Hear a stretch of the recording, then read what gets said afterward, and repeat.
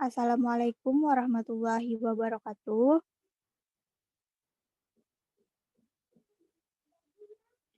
Puji syukur kita panjatkan kehadiran Allah Subhanahu wa Ta'ala atas berkat rahmat dan karunia-Nya jualah kita dapat berkumpul pada kesempatan kali ini.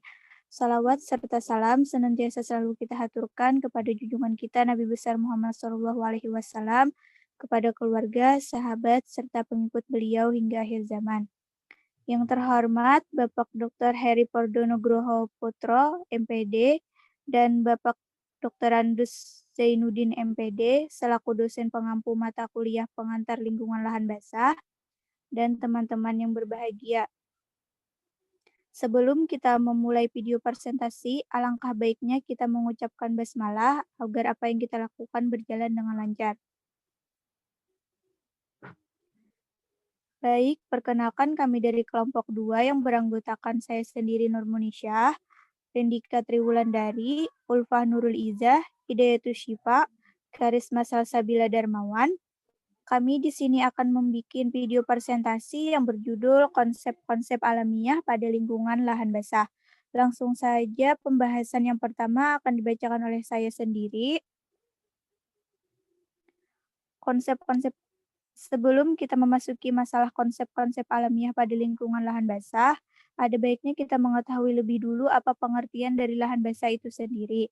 Lahan basah atau ilmiahnya wetland adalah wilayah-wilayah di mana tanahnya jenuh dengan air, baik bersifat permanen atau musiman. Pada sisi lain, banyak kawasan lahan basah yang merupakan lahan yang subur, sehingga kerap dibuka, dikeringkan, dan dikonversi menjadi lahan-lahan pertanian. Slide selanjutnya. Apa itu konsep alami lingkungan lahan basah? Konsep alamiah lingkungan lahan basah merupakan konsep keadaan lingkungan yang terbentuk secara alami.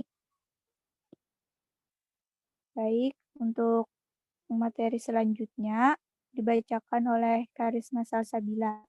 Kepada Karisma dipersilahkan.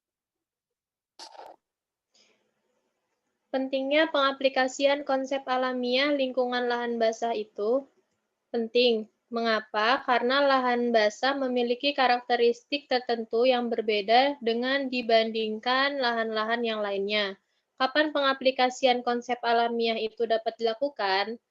Pada musim kemarau, dan di mana wilayah yang sudah menerapkan konsep tersebut biasanya di wilayah yang banyak terdapat lahan basah seperti Kalimantan Selatan. Contohnya, lahan basah ada rawa, lahan gambut, bakau, delta, sawah, dan lain sebagainya. Bagaimana pengaplikasian konsep alamiah lingkungan lahan basah itu? Lahan basah atau ilmiahnya wetland adalah wilayah-wilayah di mana tanahnya jenuh dengan air, baik bersifat permanen atau musiman. Pada sisi yang lain, banyak kawasan lahan basah yang merupakan lahan yang subur, sehingga kerap dibuka, dikeringkan, dan dikonversi menjadi lahan-lahan pertanian. Sekarang saya dan teman-teman akan menjelaskan beberapa contoh dari lingkungan lahan basah. Pertama ada rawa. Lahan rawa adalah lahan yang sepanjang tahun atau selama waktu yang panjang dalam setahun, selalu jenuh atau tergenang, air dangkal. Sifat dan ciri tanah lahan rawa ada 4 tipologi. 1. Lahan potensial. 2. Lahan sulfat masam. 3. Lahan gambut. 4. Lahan salin atau lahan pantai. Baik, saya kembalikan kepada moderator.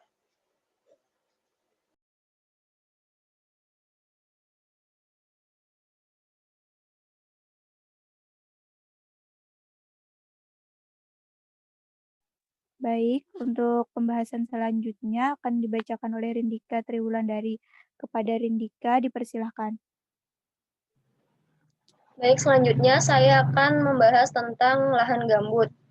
Di dalam taksonomi tanah, lahan gambut atau histosol didefinisikan sebagai tanah yang mengandung bahan organik lebih dari 20% bila tanah tidak mengandung liat. Bila tanah mengandung liat 60% atau lebih, maka kandungan bahan organik tanah lebih dari 30% dan memiliki ketebalan lebih dari 40 cm. Pemanfaatan gambut. Yang pertama, sebagai tempat berburu. Yang kedua, sebagai pengusahaan hutan.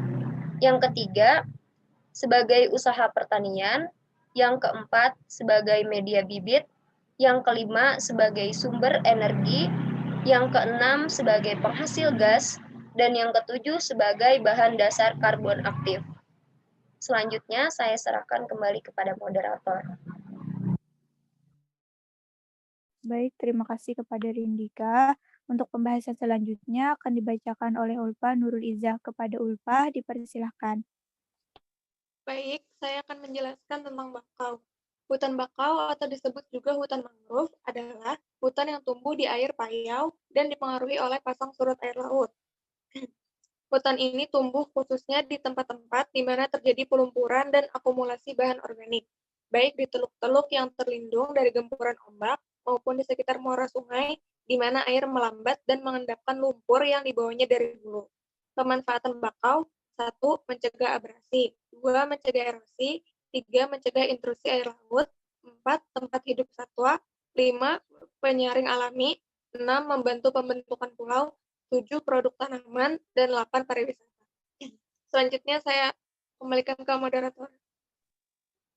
Baik, terima kasih kepada Ulfa. Untuk pembahasan selanjutnya akan dibacakan oleh Hidayatus Sifa. Kepada Hidayatus Sifa, dipersilahkan. Baik, di sini saya akan menjelaskan tentang sawah dan delta. Sawah adalah tanah yang digarap dan diairi untuk tempat menanam padi. Untuk keperluan ini, sawah harus mampu menyangga genangan air karena padi memerlukan penggenangan pada periode tertentu dalam pertumbuhannya. Pemanfaatan sawah yang pertama memproduksi beras, menciptakan lahan pekerjaan, menumbuhkan gotong royong, sumber penghasilan petani, mempertahankan sirkulasi air, menciptakan lingkungan yang nyaman dan sejuk. Lalu selanjutnya delta. Delta sungai atau Kuala River Delta adalah endapan di muara sungai yang terletak di lautan terbuka, pantai, atau danau sebagai akibat dari berkurangnya laju aliran air saat memasuki laut. Pemanfaatan sungai dan delta: 1. Mata air kehidupan, 2. Sumber irigasi, 3. Pembangkit listrik, 4. Melestarikan ikan, 5. Lokasi pariwisata, 6. Lokasi olahraga, 7. Lokasi jual beli atau pasar terapung, 8. Sarana transportasi. Baik, saya serahkan kembali kepada moderator. Baik, terima kasih. Itu tadi video presentasi dari kelompok kami. Mohon maaf apabila selama kami menyampaikan materi terdapat kata-kata yang kurang berkenan di hati teman-teman kalian sekalian. Akhir kata, wassalamualaikum warahmatullahi wabarakatuh.